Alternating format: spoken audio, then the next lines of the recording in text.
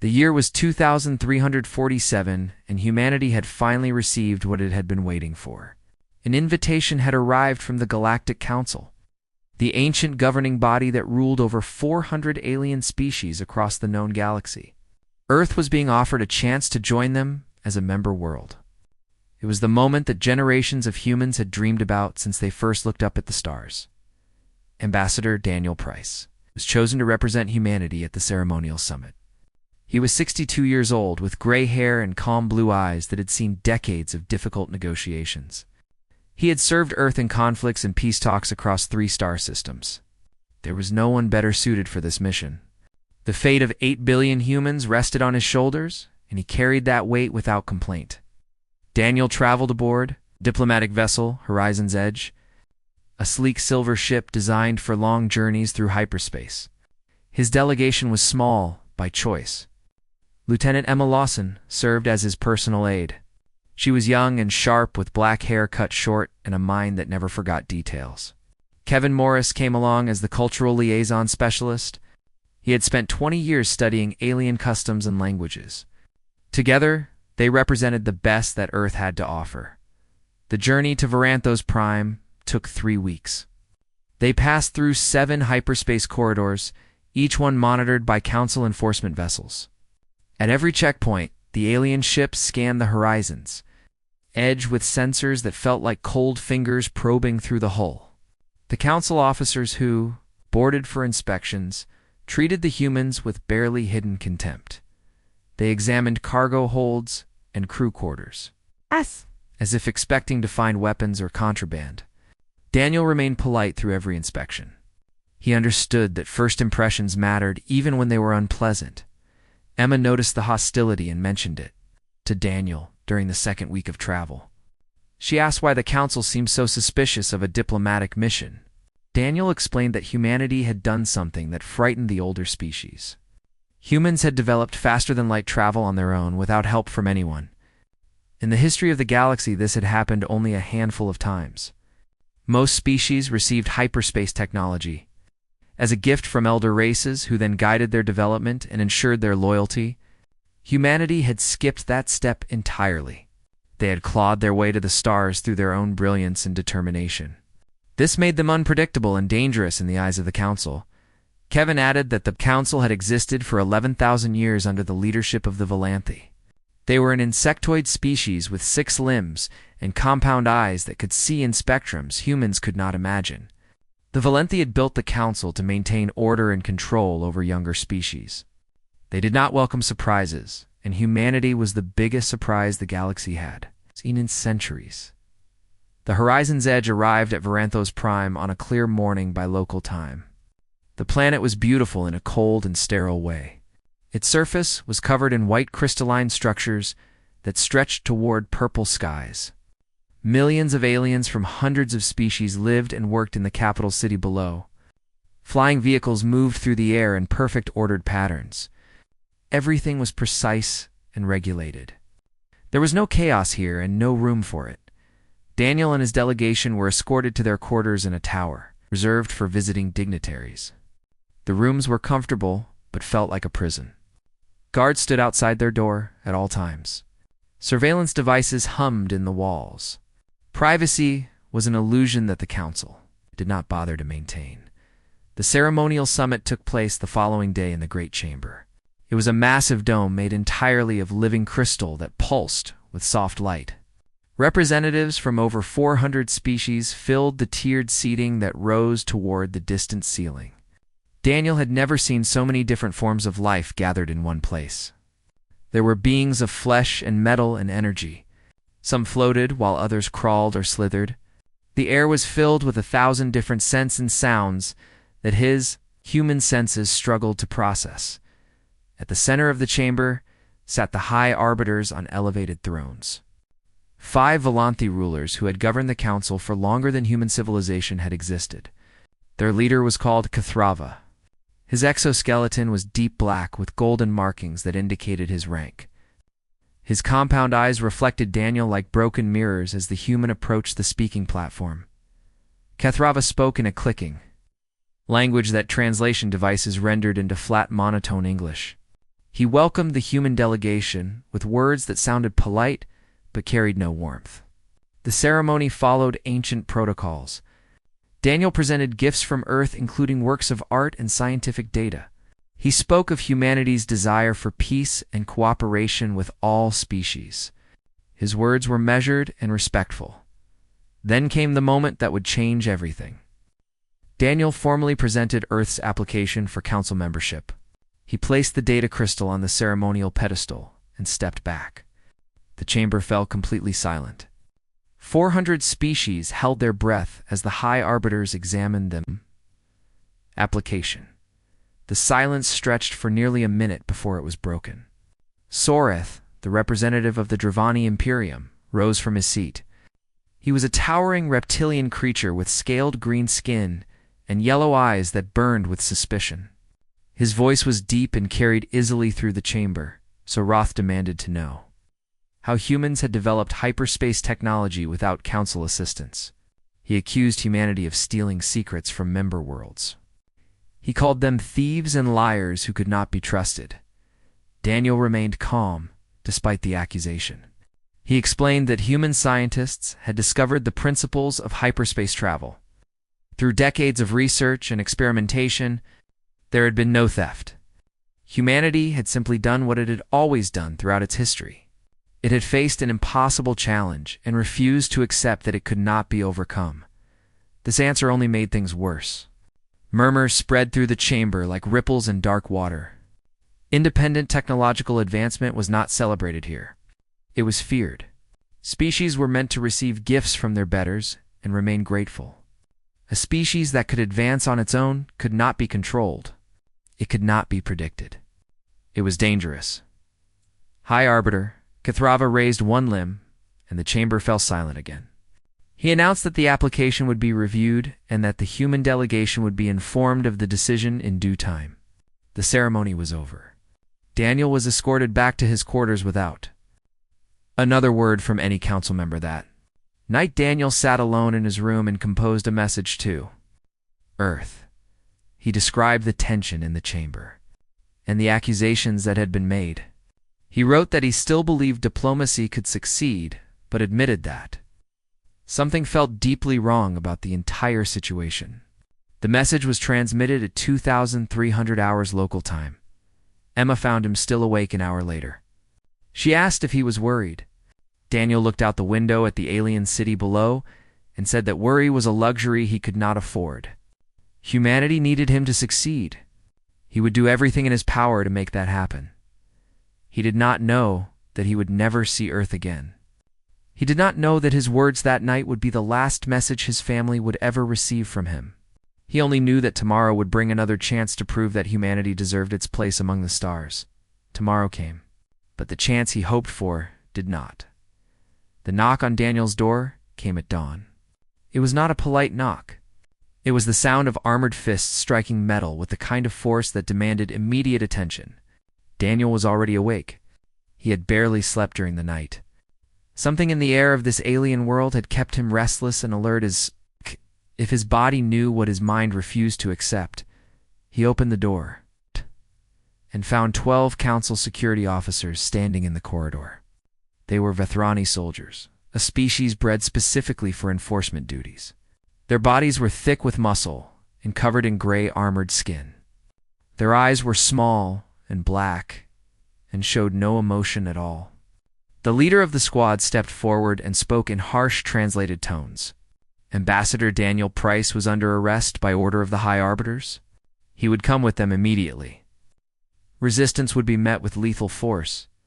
Daniel did not resist. He asked only that his delegation be informed of what was happening. The squad leader ignored the request, and 2 soldiers grabbed Daniel by the arms. They dragged him down the corridor without care for his dignity or comfort. His feet scraped against the floor as he struggled to keep pace with their long strides. Emma heard the commotion and rushed out of her quarters. She saw Daniel being taken and shouted his name. She tried to follow, but more soldiers appeared and blocked her path. Kevin emerged. A moment later, and the 2 of them were pushed back into their rooms. The doors sealed behind them with heavy locks. They were prisoners now, just as Daniel was. Daniel was taken to a transport vessel that flew him across the capital city to a building he had not seen before. It was made of black stone that seemed to absorb light rather than reflect it. There were no windows. The entrance was a single narrow door, guarded by more Vethrani soldiers. This was the Chamber of Judgment. It was where the council dealt with those it considered enemies. Inside the building, Daniel was led through dark hallways that twisted, turned until he lost all sense of direction. Finally, he was brought to a circular room with a high ceiling that vanished into shadow. A single bright light shone down on a platform at the center where he was forced to stand. Around him in tiered seats sat the High Arbiters and dozens of council representatives. Their eyes watched him with cold interest, like scientists observing an insect they were about to dissect. Arbiter Kathrava spoke first. His clicking voice echoed through the chamber as the translation device converted his words.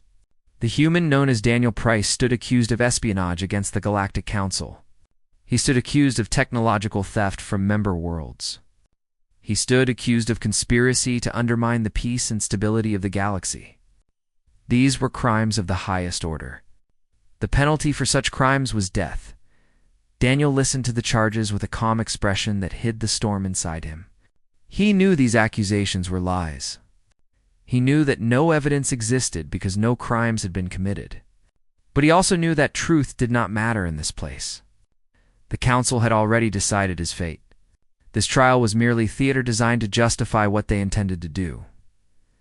A Valanthi prosecutor stepped forward and presented the evidence against Daniel. Data files appeared on screens around the chamber, showing records of communications between human agents and criminals on council worlds. Financial transactions were displayed that supposedly proved humans had paid for stolen technology. Testimony from anonymous sources was read aloud, describing secret meetings and illegal exchanges. All of it was fabricated. Every document was a forgery. Every piece of evidence had been manufactured by Council Intelligence Services. Daniel recognized the craft behind the deception. These were professionals who had done this before. He was not the first innocent being to stand in this chamber, and he would not be the last. When the prosecutor finished, Daniel was given a chance to speak. There was no defense counsel. There were no witnesses on his behalf. He stood alone under that harsh light and faced the beings who had already condemned him.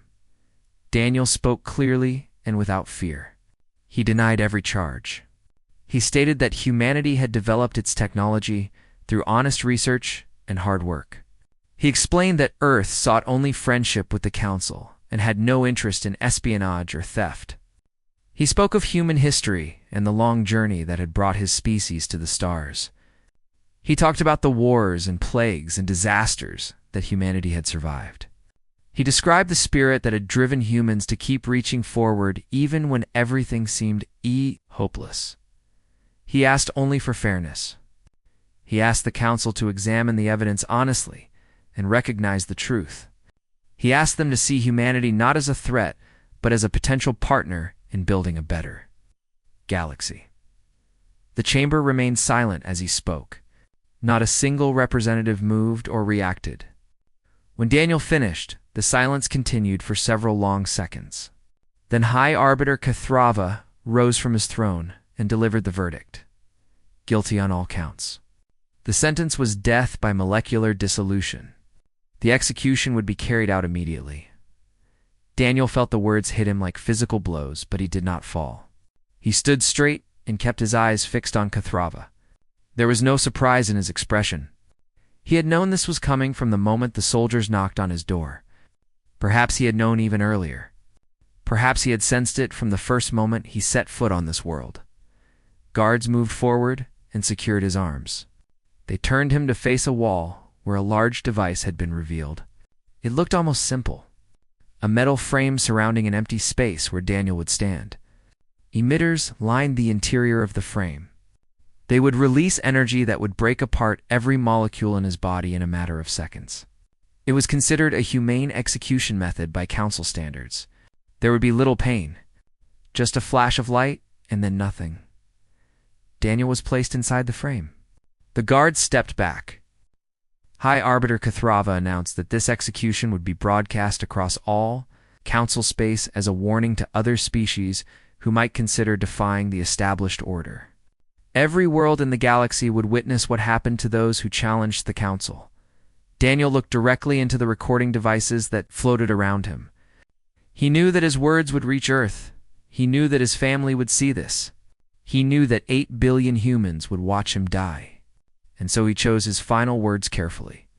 His voice was steady and strong as he spoke. "You will remember this day. Humanity will make certain of it." The emitters activated. White light filled the frame. Daniel Price felt a moment of warmth spreading through his body. He thought of his daughter back on Earth. He thought of blue skies and green forests and the sound of rain on windows. He thought of everything beautiful that humanity had created and everything beautiful it would yet create. Then there was only light. And then there was nothing. The recording of his death was transmitted across the galaxy within the hour. The council considered the matter closed. The human threat had been dealt with. Order had been maintained. On a ship racing back toward Earth, Emma Lawson sat in the cargo hold clutching a small box that contained Daniel's personal effects. Kevin sat beside her in silence. Neither of them spoke. There was nothing to say. They could only carry his memory home and hope that it would be enough. It would be more than enough. It would be the spark that lit a fire across the stars, the horizon's edge. Arrived at Earth 14 days after leaving Varanthos Prime, Emma and Kevin had not spoken much during the journey. There was a weight inside the ship that pressed down on everything. The crew moved through their duties like ghosts. No one laughed. No one played music. The silence was thick enough to touch. When the ship entered Earth's orbit, it was met by a military escort. 6 warships surrounded the diplomatic vessel and guided it down to a secure landing facility in Geneva.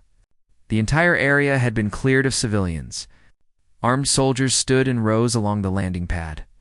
Government officials waited in black vehicles with tinted windows. Everyone knew what the horizon's edge carried. Everyone knew what had happened. Emma stepped off the ship first. She carried the small box containing Daniel's personal effects pressed against her chest. Kevin followed close behind.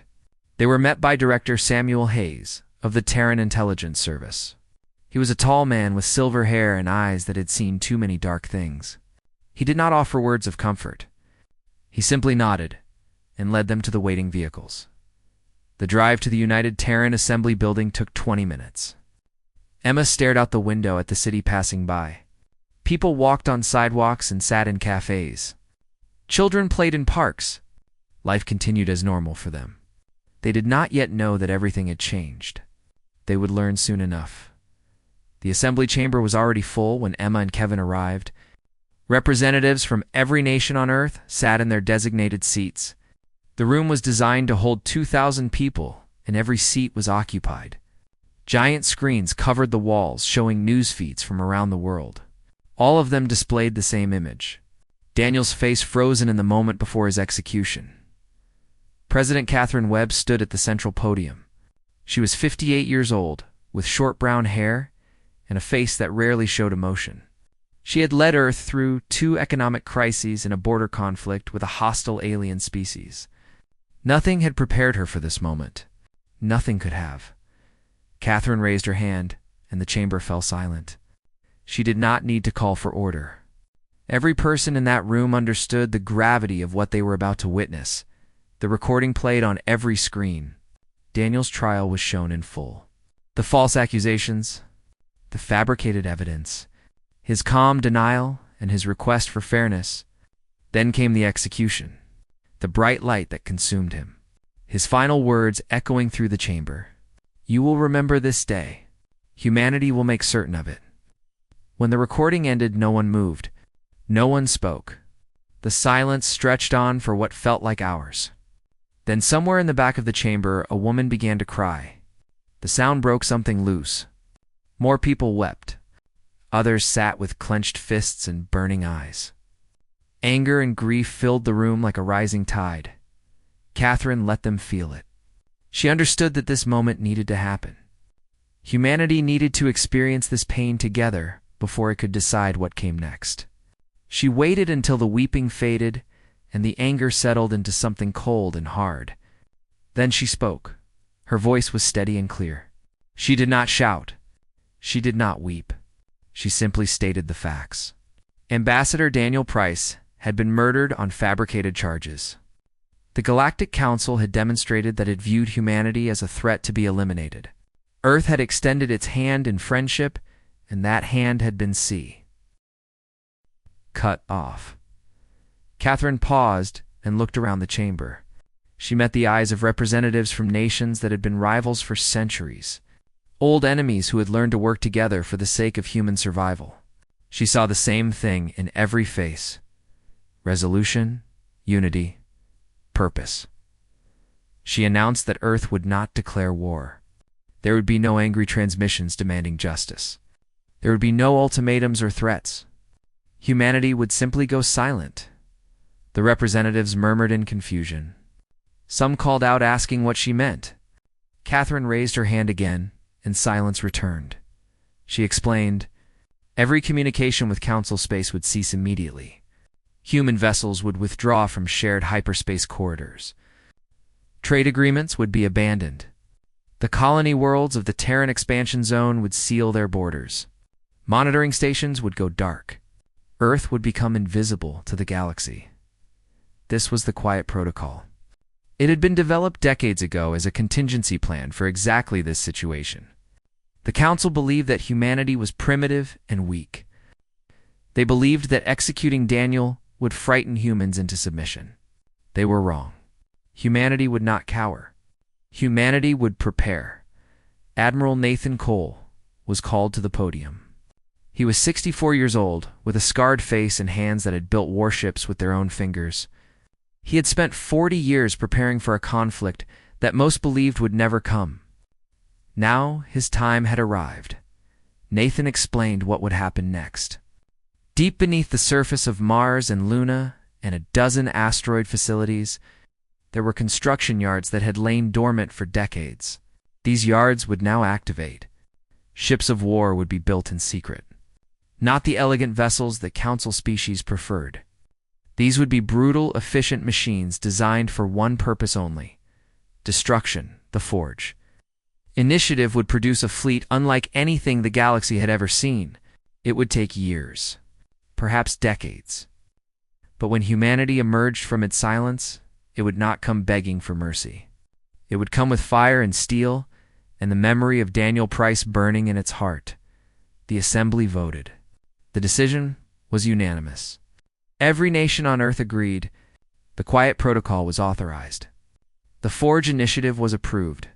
Humanity would go dark and prepare for war. Over the following weeks, the silence spread across human space. Communication satellites aimed at Council territory were shut down. Ships in transit were recalled. Diplomats stationed on neutral worlds packed their belongings and came home. Trade vessels completed their final deliveries and never returned. The Council noticed, of course. They sent messages demanding explanations. They dispatched ships to investigate. But the messages went unanswered, and the ships found nothing. Human space was empty and quiet. Border stations were abandoned. Colony worlds showed no signs of activity. It was as if 8 billion humans had simply vanished. High Arbiter Kathrava received reports and dismissed them with contempt. The humans were obviously frightened. They had witnessed the power of the Council and retreated into hiding. Eventually, they would emerge begging for forgiveness. The Volanthi had seen this pattern many times before. Younger species always submitted in the end. He could not have been more wrong on Mars, in a facility buried 3 kilometers below the red surface. Admiral Nathan Cole stood before a construction bay that stretched for 5 kilometers. Robotic arms moved in precise patterns, assembling the skeleton of something massive. Workers in sealed suits monitored systems and checked calculations. Everything was proceeding on schedule. Nathan watched the work with patient eyes. He thought of Daniel Price standing in that execution chamber. He thought of those final words. "You will remember this day," Nathan whispered to himself in the darkness of the Martian facility. "We will make certain of it." The silence continued. The galaxy forgot about humanity. And humanity built its vengeance in the dark. 3 years passed in silence. the galaxy moved on with its business. Trade routes bustled with merchant vessels. Political alliances formed and crumbled. Wars were fought and peace treaties signed. The Galactic Council continued its ancient work of maintaining order among 400 species, and humanity was forgotten. High Arbiter Kathrava occasionally received reports about the quiet zone that had once been human space. His intelligence officers noted that no activity had been detected. No ships entered or left the region. No communications were intercepted. The border remained dark and empty. Kathrava dismissed each report with the same response. The humans had learned their lesson. They were hiding in shame and fear. They were no longer relevant. The other council species accepted this explanation. The Dravani focused on expanding their trade empire. The Kathrani pursued their scientific research. The Volanthi maintained their grip on power. No one spared a thought for the primitive species that had dared to reach, for the stars on its own. Then the disappearances began. The first incident involved a Volanthi patrol squadron assigned to monitor the border of human space. 5 ships with crews totaling 300 personnel. They filed a routine report and then vanished. Their signals simply stopped. No distress calls. No emergency beacons. Nothing. A search party was dispatched. They found empty space where the squadron had been. No wreckage. No debris. No bodies. It was as if the 5 ships had never existed at all. Kathrava ordered an investigation but kept the matter quiet. He did not want to cause panic. The official explanation was that the squadron had suffered a catastrophic navigation failure and been lost in hyperspace. Such things happened occasionally. It was tragic, but not unusual. 2 months later, a Dravani merchant convoy disappeared near the same region. 12 cargo vessels carrying valuable minerals and luxury goods, gone without a trace. The Dravani Imperium demanded answers. Kathrava offered apologies and promises of increased patrols. Privately, he began to feel the first stirrings of concern. The third incident could not be hidden. An entire monitoring outpost staffed by the Kathrani Collective went silent. The outpost was a massive station built into an asteroid. It housed 5,000 personnel and was equipped with the most advanced sensors in Council space. One day it was transmitting normal reports. The next day, it was simply gone. The asteroid remained, but the station had been completely destroyed. Only fragments of metal and frozen atmosphere drifted in the void. Panic spread through Council space. Rumors flew between worlds. Some spoke of a new alien threat from beyond known space. Others whispered about ancient enemies returning for revenge. A few voices suggested that the humans might be responsible, but they were laughed into silence. Humanity was primitive. Humanity was weak. Humanity could not possibly threaten the mighty Galactic Council. Admiral Nathan Cole knew better. He stood on the bridge of the Terran flagship Silent Judgment and watched the tactical displays with cold satisfaction. The ship was 3 kilometers long and covered in armor that absorbed sensor scans like a black hole swallowing light. Its weapons were beyond anything Council scientists could imagine. Plasma cannons that could melt through any shield. Missile systems that carried warheads of antimatter. Railguns that fired projectiles at a fraction of the speed of light. The Silent Judgment was accompanied by a fleet of 200 warships. Each vessel was crewed by personnel who had volunteered for this mission, knowing they might never see home again. They had trained for 3 years in absolute secrecy. They had memorized every detail of Council, technology, and tactics. They knew their enemy better than the enemy knew itself. The doctrine was simple. No survivors. No evidence. No mercy. Every Council vessel that entered the designated engagement zones was destroyed with overwhelming force. Human ships would decloak from hiding positions and strike before the enemy could react. Battles lasted minutes at most. When they ended, there was nothing left. Wreckage was collected by salvage teams or vaporized by cleanup crews. Escape pods were intercepted and their occupants captured. Not a single witness was allowed to report what had happened. Lieutenant Commander Grace Sullivan served as tactical officer aboard the destroyer Cold Dawn. She was 34 years old, with red hair and green eyes that had grown hard over the past 3 years. Her brother had been a researcher on a human science station that was attacked by Council forces 5 years earlier. He had been killed along with everyone else on the station. The Council had called it a necessary action against a potential threat. Grace thought about her brother. Every time she gave the order to fire, she thought about his smile and his laugh and the way he used to explain complex, scientific concepts in simple words that anyone could understand. She thought about the message she had received informing her of his death. She thought about the emptiness that had lived inside her ever since. When the cold dawn intercepted a Valenthi cruiser near the border, she felt nothing but cold satisfaction. The cruiser tried to flee, but human ships were faster. It tried to fight, but human weapons were stronger. The battle lasted for minutes. When it ended, the Valenthi vessel was dust, and the cold dawn was already moving to its next position. The silent war continued for months. Council losses mounted, but no one understood why. Investigation teams found nothing. Sensor sweeps detected nothing. The enemy struck and vanished like ghosts in the night. High Arbiter Kethrava grew desperate. He increased patrols and tightened security. He ordered his intelligence services to find the source of these attacks. They searched everywhere except the one place they should have looked. Human space remained dark and quiet. No one believed the threat could come from there. On Earth, the people waited. They knew what their military was doing, even if the details were classified. They watched the news reports from Council space with grim satisfaction. The mighty Galactic Council was bleeding. The species that had murdered Daniel Price were learning that humanity was not prey to be hunted. President Catherine C. Webb received regular reports from Admiral Cole. She read them in her private office late at night, when no one else was present. The numbers were impressive. Enemy vessels destroyed. Stations eliminated. Supply lines disrupted. The Council was weakening with every passing month. But Catherine knew this was only the beginning. The silent war was preparation for something larger, something that would change the galaxy forever. The Council had shown humanity no mercy. Humanity would return the favor. In the darkness between stars, the fleet grew stronger. New ships joined every week. New weapons were tested and deployed. New tactics were developed and refined. The machine of human vengeance was nearly complete. Admiral Cole stood alone on the observation deck of the Silent Judgment and stared out at the endless void. Somewhere beyond those distant stars was Varanthos Prime.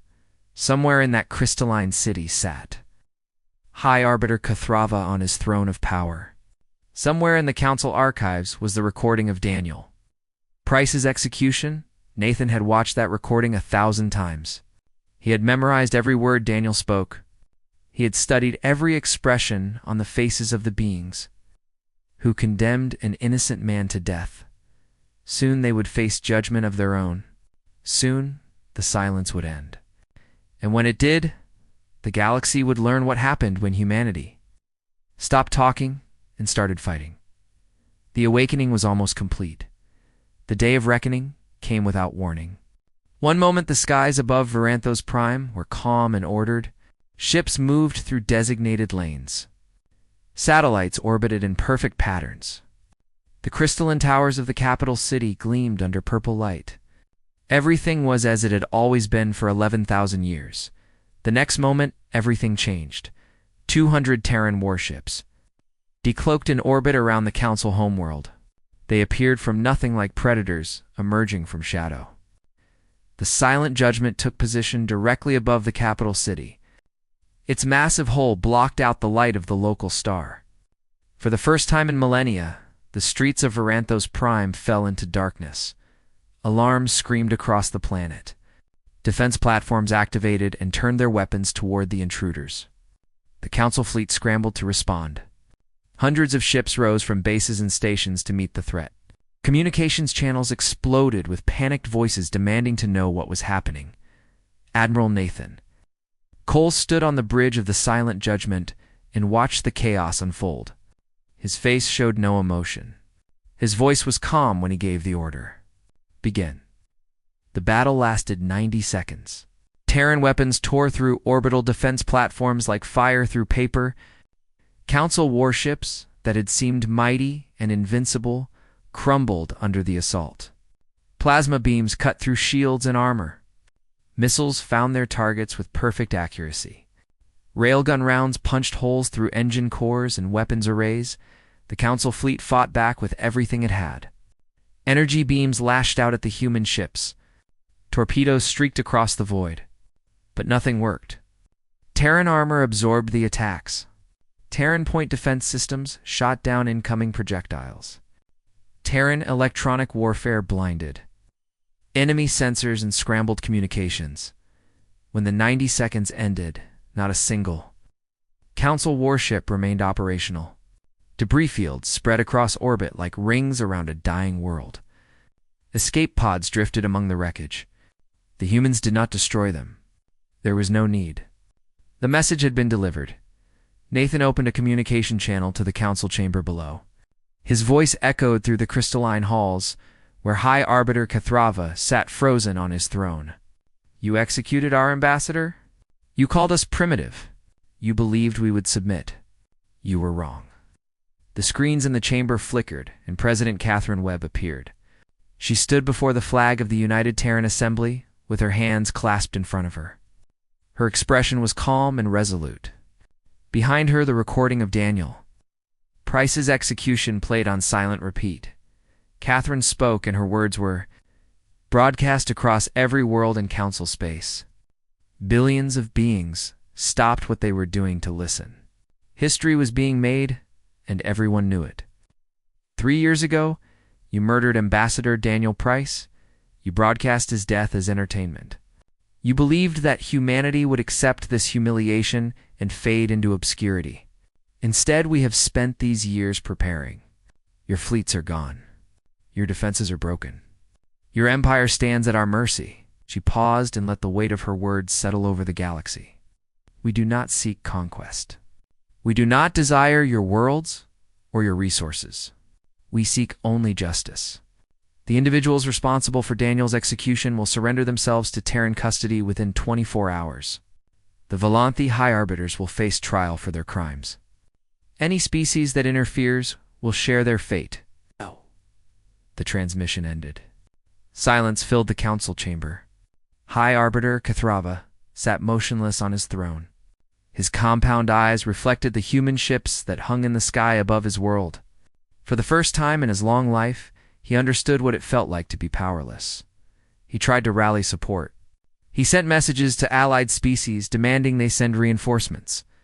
He called upon ancient treaties and promised rewards for loyalty. But no one answered. The Dravani had already declared neutrality. The Kathrani had withdrawn their delegation from the capital. Species that had mocked humanity for centuries now scrambled to offer tribute and alliance to the victors. The High Arbiter was alone. The surrender came 18 hours later. Kathrava and his fellow arbiters were escorted from the Council chamber by Terran Marines. They walked through streets lined with their own citizens who watched in stunned silence. The leaders who had ruled the galaxy for 11,000 years were led away like common criminals. The trials were held on Earth. They took place in a specially constructed court in Geneva. Representatives from across human space attended. The proceedings were broadcast to every world that wished to watch. Billions of beings witnessed justice being served. The trials were brief but fair. Evidence was presented. Witnesses testified. The accused were given opportunity to defend themselves. This was a pointed contrast to the mockery that had condemned Daniel Price. Humanity demonstrated that justice did not require barbarism. Kathrava was found guilty of murder and conspiracy. He was sentenced to life imprisonment on a facility orbiting a distant moon. He would spend his remaining years watching the stars he had once ruled. The other arbiters received similar sentences. None were executed. Humanity would not become the monsters it had defeated. The Galactic Council was formally dissolved. The ancient institution that had governed 400 species crumbled in a matter of weeks. In its place, a new assembly was formed. It was called the Galactic Commonwealth, and it operated on principles of equality and mutual respect. Every species had a voice. Every species had rights. And humanity held a permanent seat at the highest table. Admiral Nathan Cole retired from military service 1 year after the victory. He returned to Earth and settled in a small house near the ocean. He spent his days fishing and reading and watching the waves crash against the shore. Sometimes old soldiers came to visit him. They would sit together and remember the friends they had lost and the battles they had fought. They did not celebrate. They simply remembered. Lieutenant Commander Grace Sullivan was promoted to captain. She took command of a new vessel tasked with exploration rather than war. She spent her years charting unknown regions of space and making first contact with species that had never heard of the Council or its crimes. She found purpose in building rather than destroying. Her brother would have been proud. President Catherine Webb served 2 more terms before stepping down. She was remembered as the leader who had guided humanity through its darkest hour and emerged victorious. Schools were named after her. Statues were erected in her honor. But she never forgot that the true hero was a man who had died, alone on an alien world with nothing but his courage and his final words. On the anniversary of Daniel Price's death, a memorial was unveiled on Varanthos Prime. It stood in the plaza outside the former council chamber. The structure was simple, a pillar of white stone rising toward the purple sky. At its base were inscribed the words that had echoed across the galaxy. You will remember this day. Humanity will make certain of it. Beings from hundreds of species came to visit the memorial. They stood before it in silence and contemplated what it represented. A single human had faced the might of an empire and refused to break. His death had sparked a fire that burned away the old order and built something new in its place. The galaxy remembered. It would never forget. And somewhere among the stars, humanity continued its journey. Not as conquerors, not as rulers, but as equals among the countless species that called the cosmos home. They had earned their place not through submission, but through strength. Not through cruelty, but through justice. Daniel Price.